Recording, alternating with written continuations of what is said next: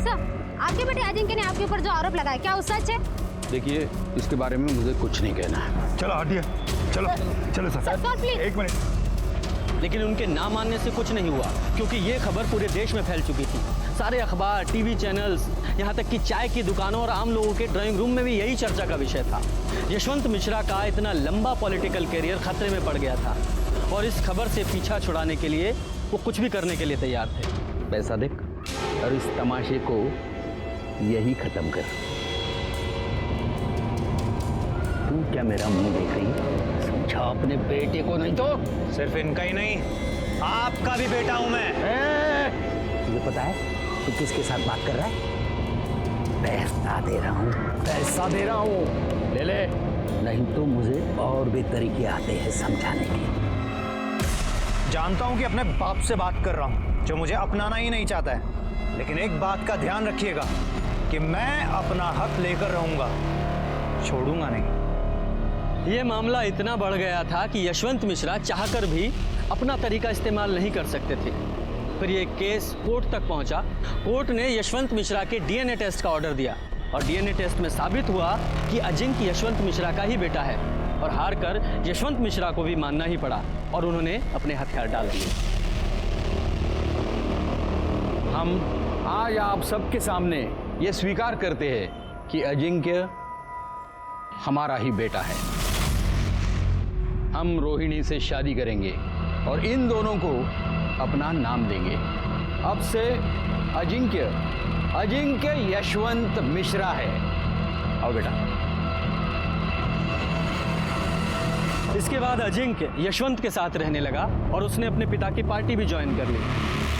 कुछ समय बाद बीमारी के कारण यशवंत मिश्रा का निधन हो गया और उसके कुछ सालों के बाद अजिंक्य का भी मर्डर हुआ और यहीं से हमारा केस और हमारी कहानी शुरू होती है।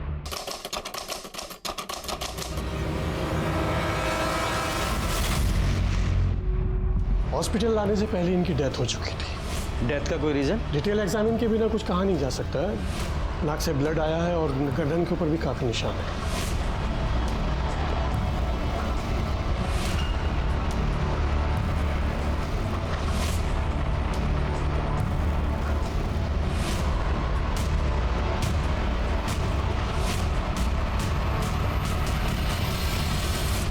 आप में से सबसे पहले बॉडी को किसने देखा? हमने देखा था साहब। आज दोपहर में 3 बजे बाबा को उठाने गए तो बाबा 3 बज गया बाबा।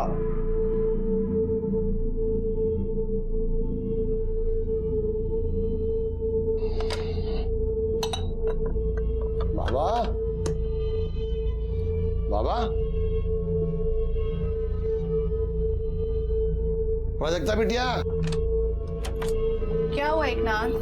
बाबा उठ नहीं रहे हैं, चाय नहीं पी है, 3 बज गए। चलो आओ देखते हैं। ये देखिए अभी तक सो रहा है। अजिंक्य उठो। अजिंक्य, अजिंक्य।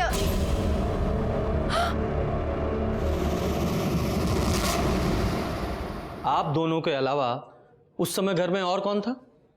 घर में एक नौकर और था, राजू। या क्या फालतू सवाल पूछ रहे? जब आपकी आंखों के सामने ये लड़की बैठी है जिसने मेरे बेटे को मार डाला, उसके बावजूद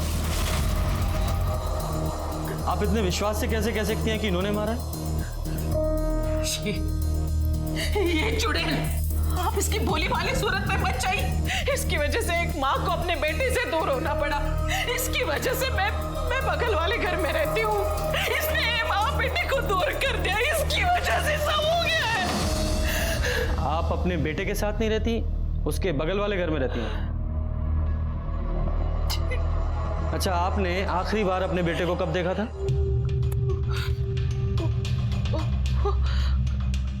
कल।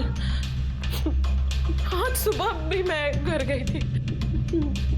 मैं चाह रही थी कि मैं उसे अपने साथ हॉस्पिटल लेके चलूं। हॉस्पिटल? क्यों?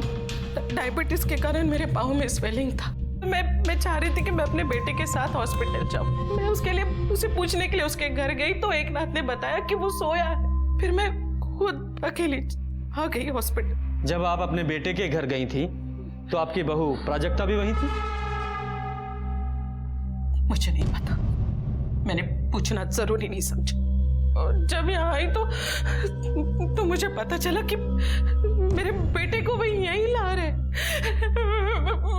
इस टाइम से मुझे पता चला सर मेरा बेटा मर गया।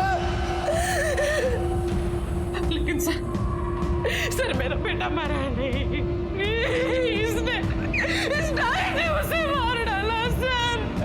ये चुड़ैल मारा। आप शांत हो जाइए प्लीज। सिस्टर इसको लेके relax. Yadav ji sir, body को पोस्टमार्टम के लिए भेजिए और अपनी फॉरेंसिक टीम को लेकर अजिंक्य के घर पे जाइए। घर की अच्छे से तलाशी लीजिए और खासकर उस जगह की जहां पे अजिंक्य की लाश मिली। ठीक है सर। और आप स्टेटमेंट के लिए हमारे साथ पुलिस स्टेशन आइए। जी।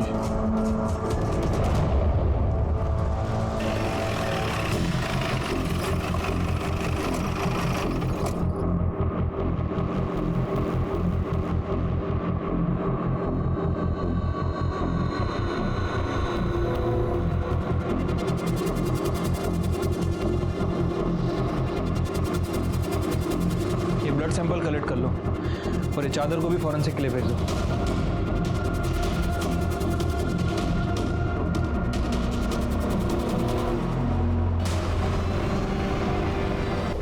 साहब उनके कपड़े उस कमरे में, वो उसी बेडरूम में रहती है ना? वो वहां रहती है? हाँ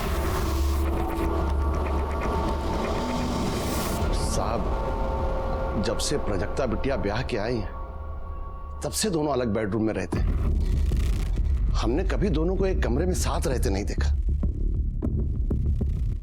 दोनों हस्बैंड वाइफ एक ही घर में रहते हुए अलग अलग बेडरूम में सोते थे, ऐसा क्या? कहा जाने साहब, हमने तो बस इतना देखा कि प्रजक्ता बिटिया अलग कमरे का खूब फायदा ले रही। फायदा उठा रही थी मतलब ये कि हम एक दिन किसी काम से राजू को ढूंढ रहे थे तो हमने देखा कि राजू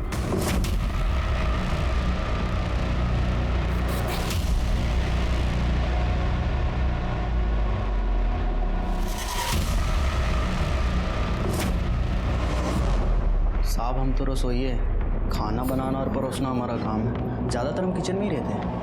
अब घर में क्या होता है क्या चलता है हमको नहीं पता साहब। जो दिखाई भी देता है और सुनाई भी पड़ता है। तो घर में क्या हो रहा है ये तो दिखाई दिया होगा, सुनाई दिया होगा कुछ? या खाना बनाने के अलावा प्राजक्ता मैडम के पैरों की मालिश से फुर्सत नहीं मिलती? ऐसी बात नहीं है साहब। हाँ, हमने 1-2 बार पैर जरूर दबाए थे जब उनकी तबीयत खराब थी। ये लीजिए मेम साहब पानी।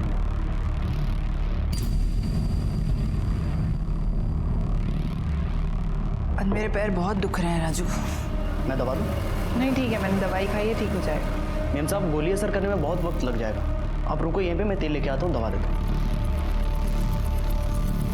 बहुत भली मेम साहब हैं साहब, हमको दया आ गई। ऐसी कोई बात नहीं है जैसा आप सोच रहे हैं। अजिंक्य के बाबा पे हमको बहुत दुख हुआ। कितना मेहनत की अपने बाप से नाम के लिए, तो जब से ये औरत आई है उनका पूरा जीवन बदला। तुम्हारे कहने का मतलब ये है कि मालकिन का अपने नौकर से अफेयर था? हाँ तो, हाँ ये तो एक बात है साहब, और उनका इरादा सुनेंगे तो आपका सर घूम जाएगा। नेता बनना चाहते हैं, जब से आई थी घर में धूम मचा के रखा था। बड़ी मालकिन से तो ऐसे बात करती थी, उन पे ऐसे गुर्राती थी जैसे कोई नौकर को हड़का रहे। You know what? मैं आपसे ज्यादा पढ़ी लिखी हूँ तो आप मुझे तो मत सिखाइए कि क्या सही है क्या गलत। समझा ना आपको? Stay away.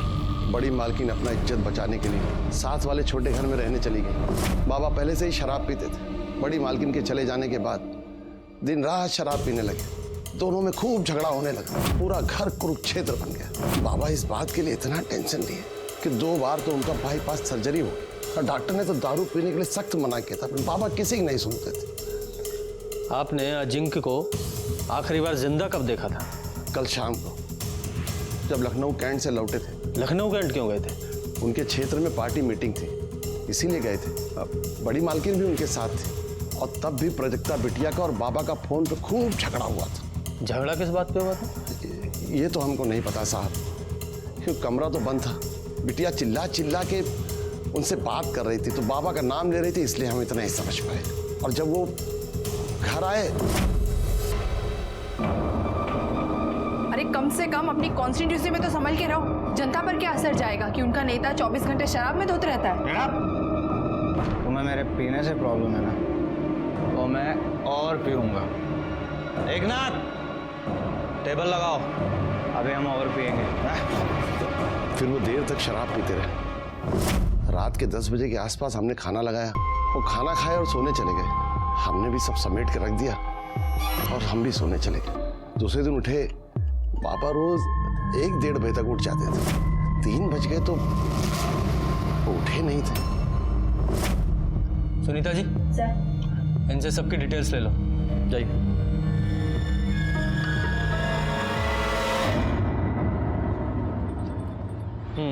Thank you. लो Yadav ji. Thank you sir. Yadav ji, ये सबसे पहले ना हमें इस केस के लिए ये मिश्रा फैमिली है, इसके इंटरनल प्रॉब्लम को फिगर आउट करना पड़ेगा और उसके लिए प्राजक्ता को काउंटर करना बहुत ज़रूरी है। Right sir. वैसे वो रोहिणी और एकनाथ भी प्राजक्ता के बारे में ही बोल रहे थे, और सर रोहिणी ने तो यहाँ तक कह दिया था कि प्राजक्ता ही मर्डरर है। उसके कहने से क्या होता है, हमें सिक्के का दूसरा पहलू भी तो देखना है, और उसके लिए सबसे पहले हम कल सुबह प्राजक्ता से बात करेंगे।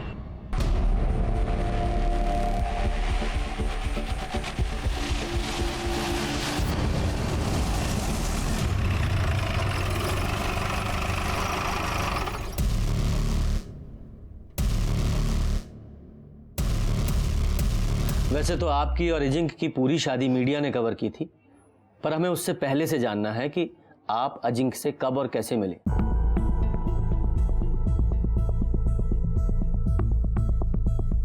हमारी मुलाकात 3 साल पहले मैट्रिमोनी साइट में हुई थी। उस वक्त मैं एनजीओ में काम करती थी। घर वालों की तरफ से शादी का प्रेशर था, इसलिए मैट्रिमोनी साइट में अकाउंट खोला था। वहीं मुझे अजिंक्य मिले थे। फिर मैंने अजिंक्य को कांटेक्ट किया और कुछ मुलाकात में ही हम एक दूसरे को पसंद करने लगे। फिर हमने डिसाइड किया कि शादी से पहले हमें कुछ वक्त लिव इन में बिताना चाहिए ताकि एक दूसरे को समझ सके, और ये जानना भी ज़रूरी था कि हम शादी के बाद पूरी ज़िंदगी एक दूसरे के साथ रह सकते हैं या नहीं। 1 साल लिव इन में बहुत अच्छे से गया और उसके बाद हमने शादी कर ली। जब हम लिव इन में थे तब अजिंक्य ड्रिंक करते थे, पर ओकेशनली करते थे। पर शादी के बाद पता नहीं क्या हुआ उन्हें, जो 24 घंटा शराब में धोते रहते थे। इस वजह से हमारे झगड़े भी होते थे, लेकिन हमारे झगड़े का कारण सिर्फ शराब नहीं थी। मतलब मिश्रा फैमिली का पास्ट, स्पेशली अजिंक्य का, जो बार बार हमारे रास्ते की दीवार बन रहा था। कैसा पास्ट? मीनल शर्मा, वो हमारी शादी के सख्त खिलाफ थी। उन्हें कन्विंस करने के लिए मैं उनके घर तक गई थी। अरे प्राजक्ता, तुम्हें ऐसा क्यों लगा कि मैं तुमसे नाराज होंगी? बल्कि मैं तो बहुत खुश हूँ कि अजिंक्य तुमसे शादी कर रहे हैं। मैं तुम्हारी शादी में जरूर आऊंगी। लेकिन फिर भी वो हमारी शादी में नहीं आई। वो आपकी शादी के खिलाफ क्यों थी? इंस्पेक्टर, कहने को तो मीनल अजिंक्य की दूर की भाभी है, लेकिन कोई भी उन्हें देखकर बोल सकता था कि वो लवर्स हैं। अजिंक्य अपना अधिकतर वक्त उसके साथ बिताते थे, घंटों उससे बात करते थे। फिर एक दिन मैंने उन्हें टोका तो वो बोले कि तुम्हारा दिमाग खराब है क्या? मुझे मेरी अपनी भाभी से मिलने और उससे बात करने में तुम्हें क्या प्रॉब्लम है? तुम कहीं वो टिपिकल बीवी की तरह मेरी लाइफ को कंट्रोल तो नहीं करना चाहती? फिर कुछ दिन बाद मैं मैके चली गई और एक दिन अचानक बिना बताए आ गई। फिर मैंने अजिंक्य से इस बारे में बात करी और उसने कन्फेस किया कि उसका और मीनल का अफेयर चल रहा है। लेकिन उसने मुझे ये भी कहा कि अब वो उससे ब्रेकअप कर लेगा और धीरे धीरे सब कुछ ठीक कर देगा। धीरे धीरे सब ठीक हो रहा था, लेकिन शादी के बाद भी हम फिजिकल नहीं थे। यहाँ तक कि उसने मुझे छुआ तक नहीं था, जबकि लिव इन में ऐसा नहीं था। मुझे लगा कि मुझे ही कोई पहल करनी चाहिए, इसलिए उस रात को मैं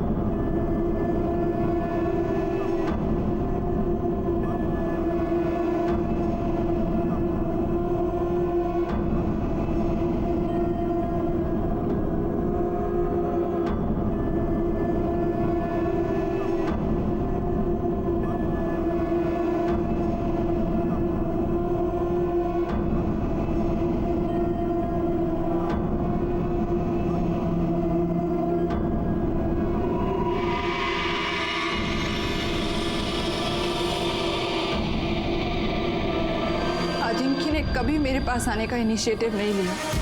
यहाँ तक कि हमारे बीच में ऐसा कुछ नहीं था जो एक पति पत्नी के बीच में होना चाहिए। अच्छा, क्या आपके और अजिंक्य के बेडरूम मीनल की वजह से अलग अलग थे? नहीं, जब हम लिव इन में थे तब भी अलग अलग कमरों में रहते थे, इसलिए हमने डिसाइड कर रखा था कि शादी के बाद भी हम एक दूसरे को प्राइवेसी देंगे और अलग अलग कमरों में ही रहेंगे। आपसे बात होने के बाद अजिंक्य ने मीनल से ब्रेकअप कर लिया था? नहीं, झूठ बोल रहे थे वो मुझसे, हमेशा मुझे बेवकूफ बनाते रहे।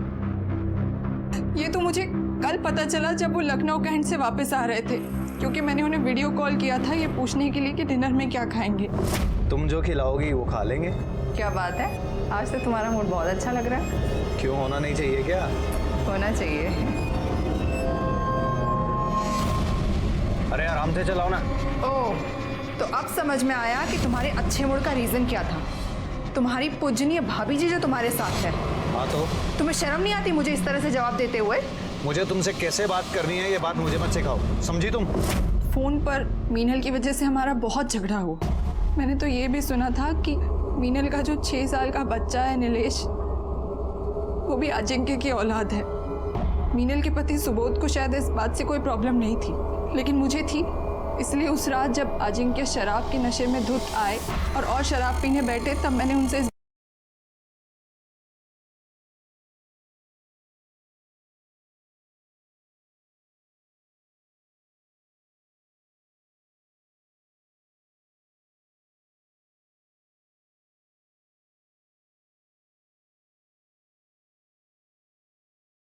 बारे में बात करी।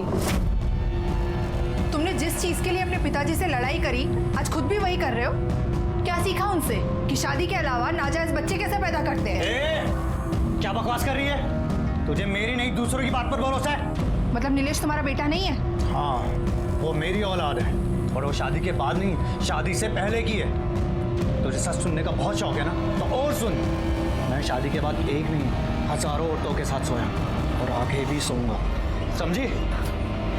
मतलब जब आपको ये पता चला कि अजिंक्य अभी तक आपको धोखा दे रहा है, तो आपने गुस्से में आकर उसका मर्डर कर दिया? क्या सर, आप ऐसा सोच भी कैसे सकते हैं? मैं अपने पति का मर्डर करूंगी? इनफैक्ट उस रात को झगड़े के बाद मैं इतनी अपसेट थी कि मैं डायरेक्ट रूम में सोने चली गई, और फिर सुबह ही मैं बाहर निकली हूँ। पूरी रात मुझे नींद नहीं आई। सोने के लिए मैंने अपना मेडिटेशन म्यूजिक तक ऑन किया था। पूरी रात सोचती रही कि अजिंक्य ने मेरी जिंदगी बर्बाद कर दी। ना उन्होंने मुझे एक्सेप्ट किया था, ना उनकी फैमिली ने, सिर्फ बड़े भाई साहब को छोड़कर। ये बड़े भाई साहब कौन? आदित्य मिश्रा, मेरे फादर इन लॉ की पहली वाइफ के बेटे। यादव जी, ये आदित्य मिश्रा की डिटेल्स ले लो। अच्छा, जिस रात अजिंक्य साहब की मौत हुई, उस रात तुमने उन्हें देखा था? नहीं साहब, उनका खाना हम नहीं, हमेशा एकनाथ जी परोसते हैं।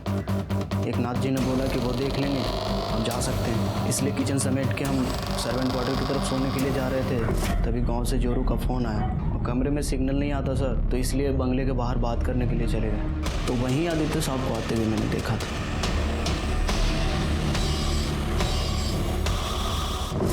ये आदित्य कितने बजे आए थे? 11 बजे के आसपास आया हूँ सर। और वापस कितने बजे गए? वही आधे घंटे के बाद 11:30 बजे के आसपास।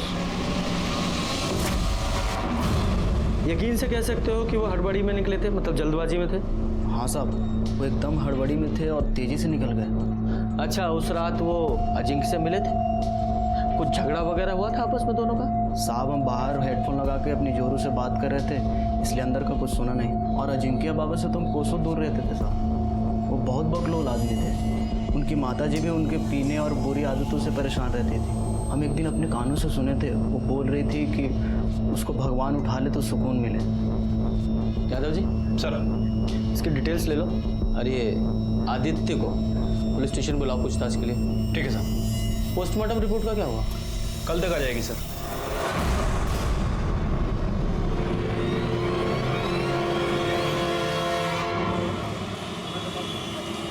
रिपोर्ट के हिसाब से अजिंक्य की मौत 6 तारीख को 11 से 12 के बीच में हुई है।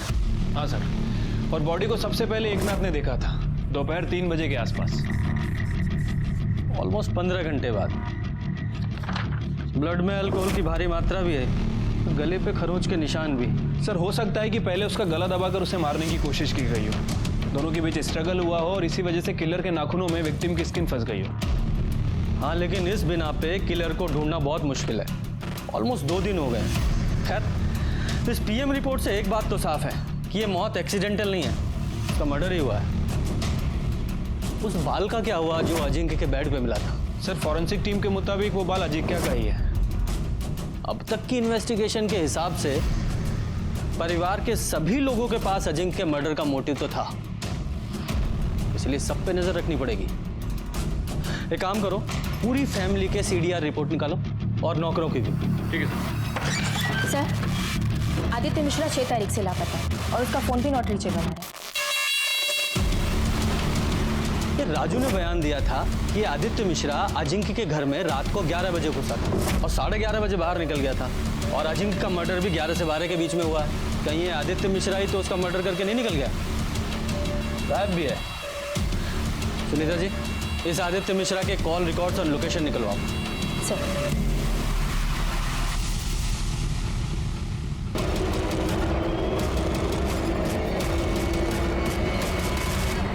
अजिंक्य मिश्रा मर्डर केस में पुलिस के हाथों अब तक कोई सबूत नहीं लगा। अजिंक्य मिश्रा यशवंत मिश्रा के बेटे थे, जिन्होंने जीते जी अपने पिता का नाम पाने के लिए संघर्ष किया। पूरे देश की नजर इस केस पर है। क्या अजिंक्य मिश्रा को इंसाफ मिलेगा या नहीं? इन प्रेस वालों को क्या लगता है कि आज क्राइम हुआ और कल सॉल्व हो जाएगा? यादव जी, ये प्राजक्ता पर एकनाथ और रोहिणी दोनों ने शक जाहिर किया है, लेकिन इस घर के कुक राजू ने रोहिणी पर भी शक जाहिर किया है कि उसका इन्वॉल्वमेंट भी हो सकता है। ये प्राजक्ता से तो हम मिल लिए हैं, यार इस रोहिणी से भी पूछताछ करते हैं। प्राजक्ता बहुत ही कमीनी और चालाक औरत है। सबसे पहले तो उसने मेरे बेटे से बात की कि वो उसे पार्टी से इलेक्शन लड़ने के लिए टिकट दिलवाए। जब बेटे ने मना कर दिया तो इस लड़की ने पता है क्या किया, ये सीधा जाके हमारे पार्टी के सीनियर से मिल गई। जाहिर सी बात है, सीनियर ने उसकी शिकायत की अजिंक्य से, बहुत झगड़ा हुआ दोनों का, और प्राजक्ता ने उसे माफी मांगने के बजाय ये लड़की हमारे अपोजिट पार्टी से शामिल हो गई। देखिए, मैंने पहले भी आपसे कहा था और आज फिर वही बात कर रही हूं, आप सीधा जाके प्राजक्ता को अरेस्ट कीजिए, समझे आप? उसने मेरे बेटे को मारा है। उसने मारा है या आपने? क्या बकवास कर रहे हैं आप? अरे बेटा था वो मेरा। हाँ, वही बेटा जिसकी शराबखोरी, अलग अलग औरतों के साथ नाजायज संबंधों, पार्टी में उसकी इमेज खराब और टिकट ना मिल पाने के कारण आप परेशान थी, उसी बेटे की बात कर रहा हूँ। हाँ थी, मैं परेशान थी, पर इसका मतलब ये नहीं कि मैं अपने ही बेटे का मर्डर कर दूं। 6 तारीख की शाम से रात तक आप कहाँ थी? 6 को मैं अपने बेटे के साथ लखनऊ कैंट से वापस आ रही थी। हमारे पार्टी की एक मीटिंग थी। रास्ते में मेरे बेटे को प्राजक्ता का फोन आया। पता नहीं क्या बात थी, लेकिन उन दोनों में बहुत झगड़ा हुआ। बहुत गुस्से में था अजिंक्य तक। फिर उसने मुझे घर ड्रॉप कर दिया और वो चला गया। प्राजक्ता ने इसलिए झगड़ा किया क्योंकि मीनल आप लोगों के साथ थी। हाँ तो फर्क क्या पड़ता है उससे? ये प्राजक्ता है ना, उसे पहले से पता था कि अजिंक्य अपने भाभी को बहुत मानता है, उनको आदर देता है, सम्मान देता है। अब अगर किसी की दिमाग में गन घुसी हो ना, तो उसे कोई कुछ नहीं कर सकता। लेकिन प्राजक्ता का कहना तो यह है कि उसने अजिंक्य और मीनल को एक साथ बेड पर देखा था, और अजिंक्य ने एडमिट भी किया है कि नीलेश उसका और मीनल का बेटा है। छी छी छी छी छी छी छी, मरे हुए इंसान के बारे में इतना गंदा कैसे कोई बोल सकता है भला? और आप भी इंस्पेक्टर, उसकी ये सब बेतुकी की बातों पे आप भरोसा कर रहे हैं? देखिए मैडम, हम सिर्फ अपना काम कर रहे हैं। अच्छा ये बताइए, 6 तारीख को आप लोग जब लखनऊ कैंट से लौटे तो पहले आपने मीनल को काकोरी नगर छोड़ा, उसके बाद आप लोग घर आ गए, है ना? जी नहीं, उस रात मीनल यहीं रुकी थी मेरे साथ मेरे घर पे। दूसरे दिन सुबह वो काकोरी नगर के लिए चली गई। वो बेचारी तो मेरी तरह सदमे में है। उसे तो विश्वास ही नहीं हो रहा है कि अजिंक्य अब हमारे बीच में नहीं है। मुझे एक बात समझ में नहीं आ रही है, आप इन सब फालतू बातों में वक्त बर्बाद करने के बजाय आप मेरी बात क्यों नहीं सुन रहे? आप जाकर प्राजक्ता को अरेस्ट क्यों नहीं कर रहे हैं? हमें आपकी बातों को फॉलो नहीं करना है, लॉ को फॉलो करना है। और जरूरत पड़ी तो दोबारा आपसे मुलाकात होगी।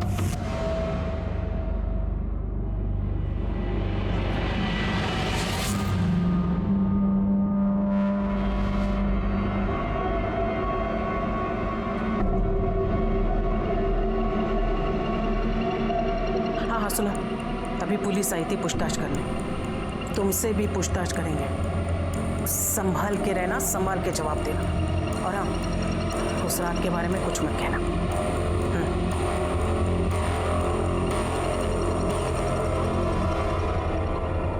यादव जी सर, ये रोहिणी बार बार प्राजक्ता को ब्लेम कर रही है, इसका कोई तो रीजन होगा।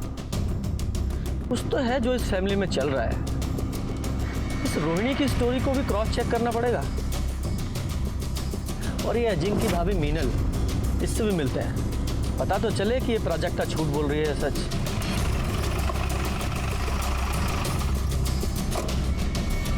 प्राजक्ता इतनी कमीनी है कि उसे अच्छी तरीके से मालूम था कि अजिंक्य मेरे भाई जैसा था, फिर भी उसने मुझे और अजिंक्य को बदनाम करने में कोई भी कसर नहीं छोड़ी। और उसका साथ दिया उस आदित्य ने, क्योंकि उसे अचानक से आया ये नया भाई बर्दाश्त नहीं हो रहा था ना, जो उसकी प्रॉपर्टी में आधे का हिस्सेदार बन गया था। नीलेश अजिंक्य का बेटा है, ये अफवाह भी उसी ने फैलाई थी। इससे मेरी शादी तो टूटने के कगार पर थी ही, अजिंक्य के घर की शांति भी चली गई। लेकिन आदित्य ऐसा क्यों करेगा? क्योंकि वो अजिंक्य का पॉलिटिकल करियर बर्बाद कर देना चाहता था। एक बात बताइए, 6 तारीख को आप अजिंक्य के साथ लखनऊ कैंट क्यों गए? क्योंकि वो चाहता था कि मैं उसके साथ जाऊं। मेरे साथ वो रिलैक्स फील करता था और उसका असर भी हुआ। उस दिन जिस मीटिंग में हम गए थे, वो मीटिंग बहुत अच्छी हुई, लेकिन उस प्राजक्ता ने कॉल करके और लड़ाई करके अजिंक्य का पूरा मूड बर्बाद कर दिया। अच्छा, अजिंक्य ने आपको रोहिणी जी को ड्रॉप किया, उसके बाद आप अजिंक्य से मिली थी? नहीं, रोहिणी जी और मैं जब घर पहुंचे तो उसके बाद हमने खाना खाया और मैं वहीं सो गई। फिर अगले दिन सुबह उठी और कैब लेकर सीधा यहाँ काकोरी नगर अपने घर आ गई। सर, अजिंक्य की मौत में प्राजक्ता का ही हाथ है। वो और उसकी तांत्रिक माँ ने मिलकर ही अजिंक्य की जान ली है। मतलब ये कि उसकी माँ जादू टोना करती है। और ये मैं ऐसे ही नहीं कह रही हूँ, ये मैं एक्सपीरियंस से आपको बता रही हूँ। जब प्राजक्ता ने मेरे और अजिंक्य के बारे में अपनी माँ के आगे बकवास की, तो वो यहाँ मेरे घर मुझसे लड़ने के लिए आई थी।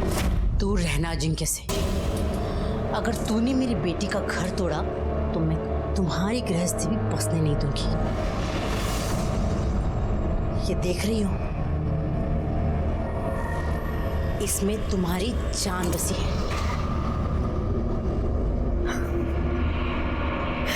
इसमें मेरी जान है।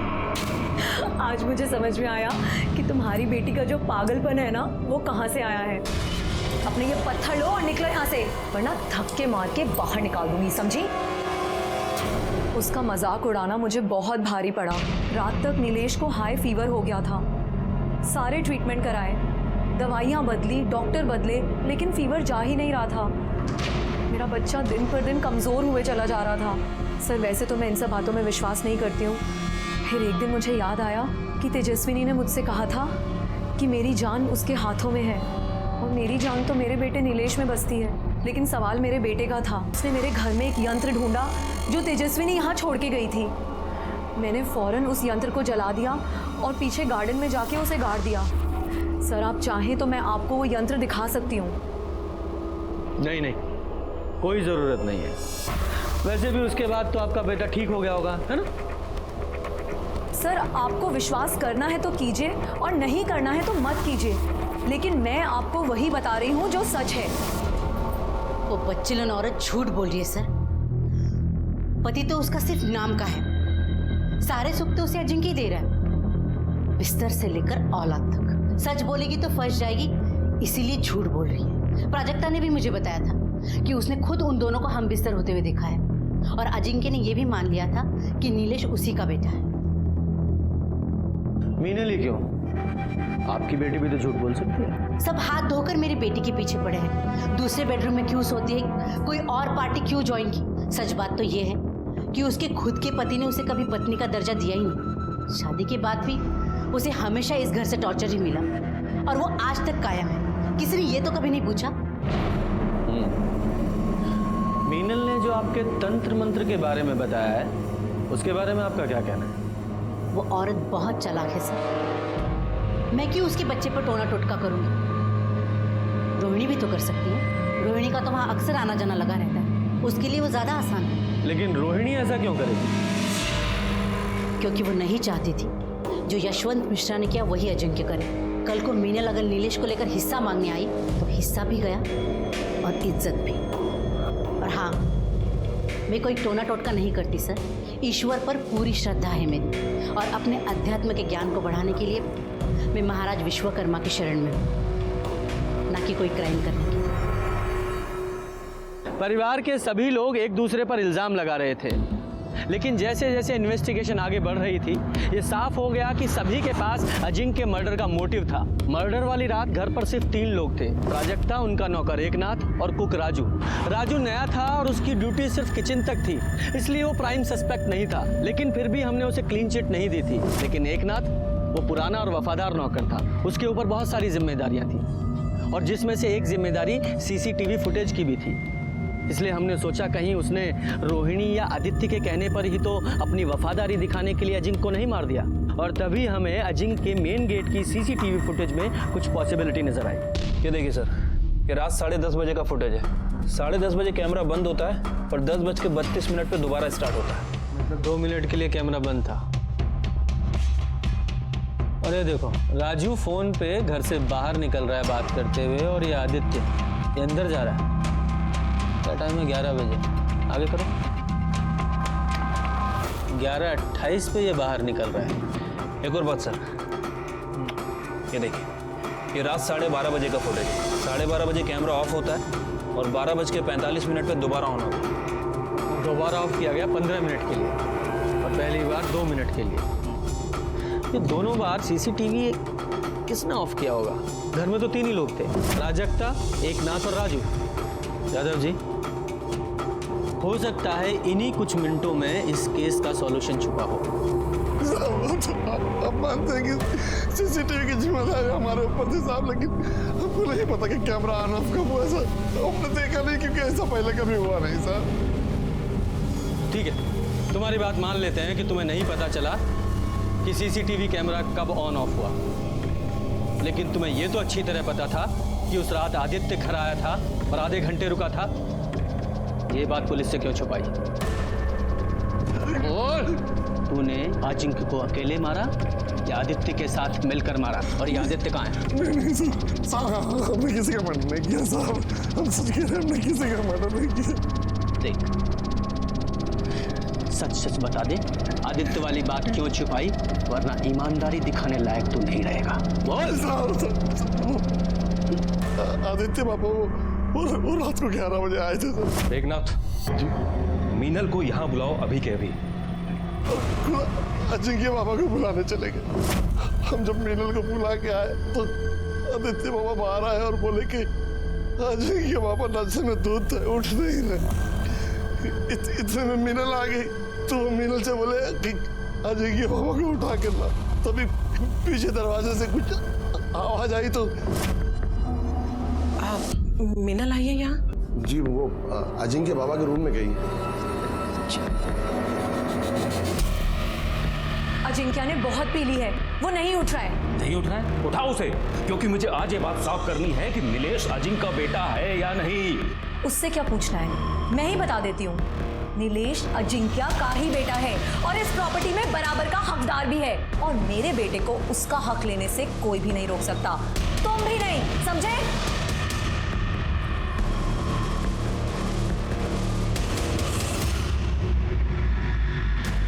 देखा आपने क्या कह रही थी वो? हाँ, जो कुछ भी आपने मेरे साथ किया है वो सब कुछ आपके साथ हो रहा है। तुम और तुम्हारा बेटा, तुम दोनों मिलके मुझे सड़क पे लाए थे ना। अब तुम्हारा नंबर है, क्योंकि ये तो दारू पीना छोड़ने वाला नहीं है और ये एक ढेला भी छोड़ने वाली नहीं है। यही है कर्मा, अब भुगतो। अरे आदित्य के जाने के बाद रोहिणी जी ने क्या किया? कुछ नहीं सर, वो भी वापस लौट गई थी सर। साहब हमने कुछ नहीं किया सर। गुप्ता जी। सर, इसे लेके जाओ और इसकी खातिरदारी करो। हमने कुछ नहीं किया साहब। हमारी यादव जी, इस रोहिणी और मीनल दोनों को पुलिस स्टेशन बुलाओ और इस केस की जड़ तक पहुंचने के लिए इस आदित्य का मिलना बहुत जरूरी है।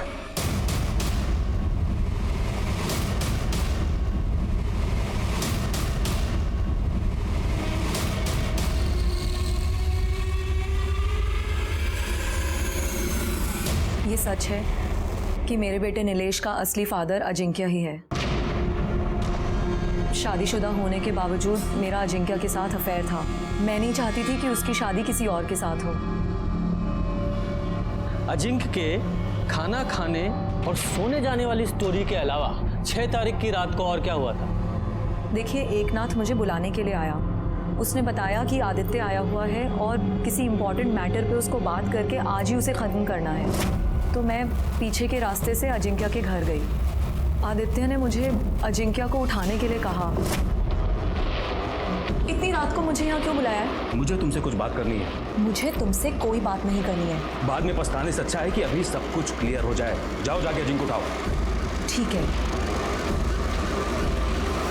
मैं अजिंक्य के रूम की तरफ जा रही थी तो प्राजक्ता के कमरे से मोटिवेशनल म्यूजिक की आवाज़ आ रही थी। मुझे लगा कि वो सो गई। अजिंक्य ने मुझे उसकी इस आदत के बारे में बताया था। मैं अजिंक्य के रूम में गई और उसे उठाने लगी। अजिंक्य, अजिंक्य उठो। मैं डर गई थी। मैंने आदित्य को आकर कुछ भी नहीं बताया। अजिंक्य ने बहुत पी ली है, वो नहीं उठ रहा है, क्योंकि वो इसका इल्जाम मेरे ऊपर ही लगा देता और मुझे ही फंसा देता। आप अजिंक्य के रूम में एग्जैक्ट कितने बजे गई? 11:15 बजा होगा शायद। 11:15। फिर? मैंने आदित्य और मीनल की सारी बातें सुनी। मीनल अचानक गुस्सा होकर वहां से चली गई। तभी आदित्य की नजर मुझ पे पड़ी। उसने आकर मुझे चेतावनी दी कि कैसे प्राजक्ता और मीनल दोनों मेरी जायदाद हड़पना चाहती है। फिर आपने क्या किया? कुछ नहीं। फिर मैंने रोहिणी जी को वहां आते देखा, लेकिन अनदेखा कर दिया और वहां से जाने का नाटक किया। आदित्य ने रोहिणी जी से क्या कहा मैंने ये भी सुना। आदित्य उसके बाद वहां से चला गया। रोहिणी जी एकनाथ के पास गई और बोली, एकनाथ, देखो तुम हमारे सबसे पुराने, सबसे वफादार, इसलिए मैं अपने दिल की बात सिर्फ तुम्हें बता सकती हूँ। देखो, हम ना पहले ही अजिंक्य की वजह से हमारे परिवार पे बहुत सारी मुसीबतें आई हैं। मेरे घर को बर्बाद होने से बचाना, तुम अजिंक्य को मार डालो, खत्म कर दो उससे।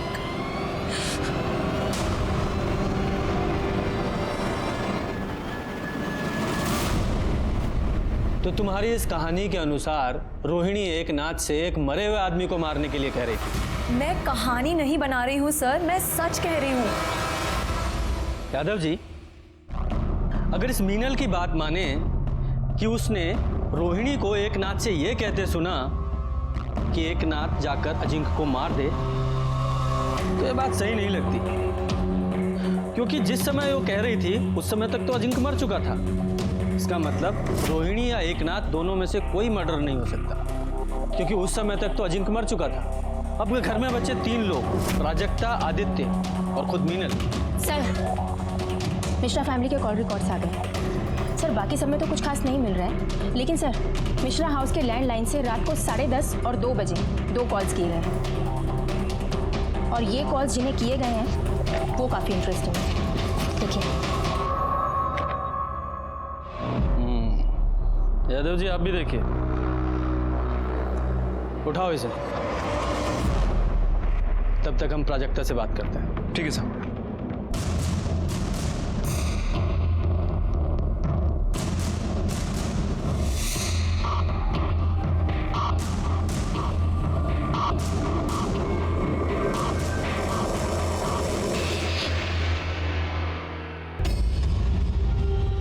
खाना लाए हैं।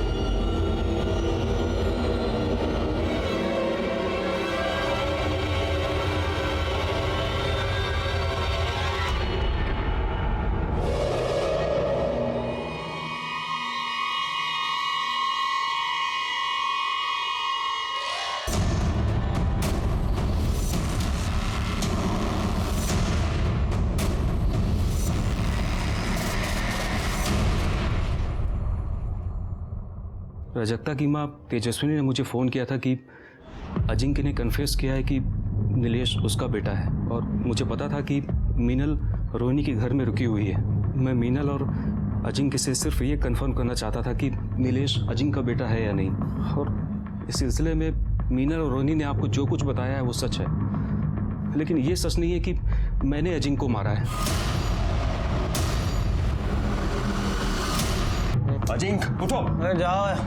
अजिंक्य उठो, मुझे तुमसे कुछ बात करनी है। उठो जाओ। अजिंक्य। उस रात मैं अजिंक्य के घर से अपने घर लौटा तो मैंने देखा कि मैं अपना अस्थमा का पंप अजिंक्य के घर में ही भूल गया हूँ। तो मैं इसे लेने के लिए रात को करीब 12:30 बजे उसके घर गया। तब मैंने सोचा कि मैं पीछे के दरवाजे से एक नाथ से मंगा लूँगा, लेकिन जब मैं वहाँ पहुँचा तो मैंने देखा कि घर का दरवाज़ा खुला हुआ था और रजक्ता अपनी माँ के साथ बाहर आई। तभी अचानक पीछे से किसी ने मेरे सर पे वार किया और मैं बेहोश होकर गिर पड़ा।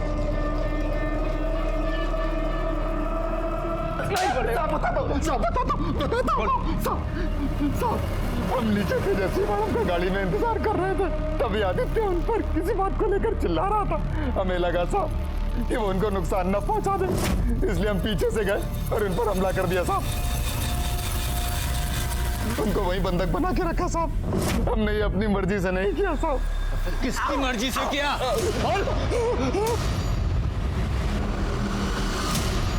तो 6 तारीख की रात को आप अजिंक्य के यहाँ गई थी, है ना? गई थी।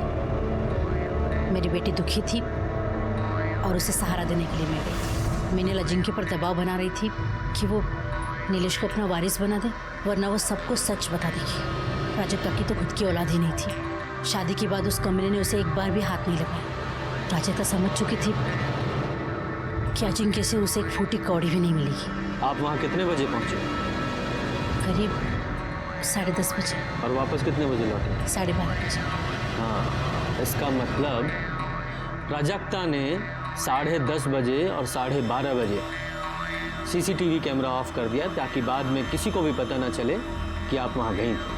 12:30 बजे जब मैं वहाँ से निकली, घबरा मत, किसी को कुछ नहीं पता चलेगा कि ये सब हमने किया है।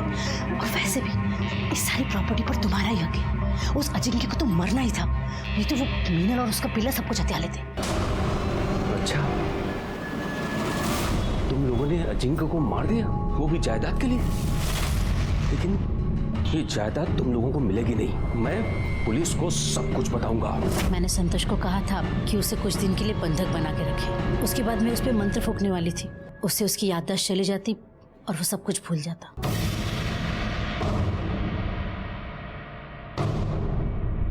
मैं बताता हूँ 6 तारीख की रात को एग्जैक्टली क्या हुआ था। अजिंक्य के खाना खाने और सो जाने के बाद तुम अपने रूम में गई। वहां से रोते रोते अपनी मम्मी को फोन किया, उन्हें अपनी दुख भरी कहानी सुनाई।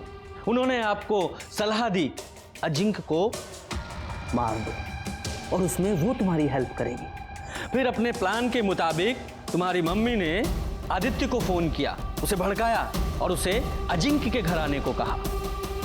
और उसमें अपना फोन वो अपने घर पे ही छोड़ दिया ताकि हम लोकेशन ट्रेस ही ना कर पाए।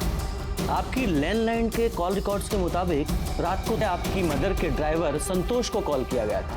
10:30 बजे जब वो तुम्हारे घर पहुंची तो तुमने वहां सीसीटीवी ऑफ कर दिया ताकि बाद में भी किसी को पता ना चले। उसके बाद तुम माँ बेटी तुम्हारे रूम में चले गए। उसके बाद आदित्य वहां पहुंचा, तुमने देखा उसने वहां झगड़ा किया। तुम लोगों ने सोचा कि इस झगड़े का फायदा उठाया जाए। और जब आदित्य अजिंक्य के कमरे से बाहर निकल रहा था उसके बाद तुम दोनों माँ बेटी उसके रूम में गए और तुमने अजिंक्य को गला दबाकर मारने की कोशिश की, जिस कोशिश में उसकी गर्दन की स्किन तुम्हारी नाखूनों में आ गई। तो फिर भी नहीं मरा तो तुमने तकिए से उसका दम घोट दिया। वो बेचारा विरोध भी नहीं कर पाया क्योंकि वो शराब के नशे में धुत था।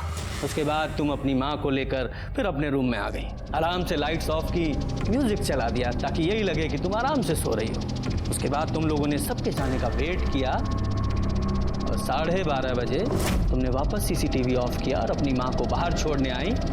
तभी आदित्य वहां पहुंच गया और तुम यहाँ। यही सच है ना?